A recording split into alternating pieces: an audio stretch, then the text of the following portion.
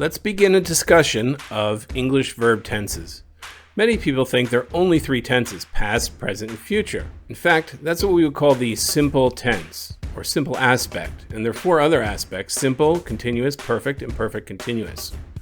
And for each of them, there's a past, present, future, thus 12 tenses. So the simple tense for us, which by the way is what we mostly talk in anyway, is just a true event. It's a one-time action. He walked in the past. He walks presently. He will walk. That's what we're used to saying most of the time. You need to be aware of the other tenses because they do appear on the exam. So if you want to differentiate the correct answer on verb tense questions, you'll need to understand what they mean and how they're structured. The first one we can discuss beyond the simple tense is the continuous, or I call the progressive tense. It denotes an ongoing action. It's structured with the to be verb, which is what gets conjugated to past, present, and future, and the present participle, which is the verb ending in ing. So examples are he was walking, he is walking, and he will be walking in future continuous tense. In addition to that, we have the perfect tense. This denotes an action that happened up until a time. So in the past, up until the period, past, present, or future that we're conjugating to. And then it ended, so it's perfected at that time. So the structure here is the to have verb, that's what gets conjugated, and the past participle, which is always the verb ending in ed, or for irregular verbs, that might be en or n. So examples of that would be he had walked in past perfect, he has walked present perfect, and he will have walked in the future perfect. We're conjugating the to have verb. Notice a lot of students think he has walked is past tense. No, it's actually present tense, but it does refer to a past tense. So it basically says he has walked. So he's been walking in the past all the way up to this point, which for present tense would basically be now, and he might have done it repeatedly. So for example, he has walked the course many times before today. A fun one is the past perfect of the to have verb.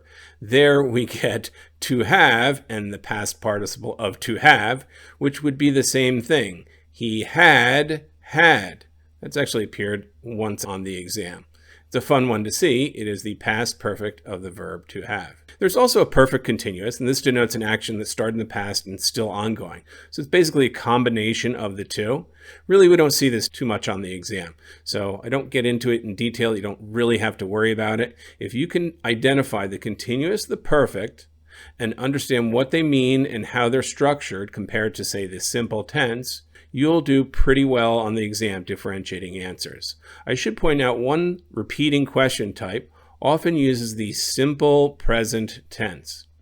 And that structure usually gives a problem something like two answers, that one's in the continuous, one's in the perfect tense, and then there are two answers that are singular or plural. So this is really a verb agreement number, but it takes advantage of the simple present tense because it's he singular, or say a dog walks. Without an S, the verb gets an S. But if it's they or dogs, plural, with an S on the noun, the verb in simple present tense does not have the S. Dogs walk, but a dog, singular, walks with an S on the verb. We see that a lot on the exam. Another thing worth noting is on the exam, you'll see verbs ending in ing. Well, what is that? You could be looking at three different things, and you have to identify in many cases what it is. And sometimes they might try to confuse you on what it is. Is it a main verb conjugation? Well, remember, it can only be a main clause verb conjugation if it has a helping verb. So it will need that helping verb. In the case of the continuous tense, that's the to be verb. It doesn't have to be the to be, but you must have a helping verb. Otherwise, it won't be the main clause verb conjugation. Another form we can see is the present participle. We see that in our progressive tense as well. The present participle is always a verb ending in ing, and it begins a participle clause, which is going to be a dependent clause or possibly a phrase. which we need to know in many cases to help punctuate our sentences. The third form of a verb ending in ing that could represent what's going on or what that verb is a gerund, which is to say, in this case, it's actually not a verb. A gerund is a verb ending in ing that acts as a noun. For example, running is fun. Running is the subject noun of that sentence.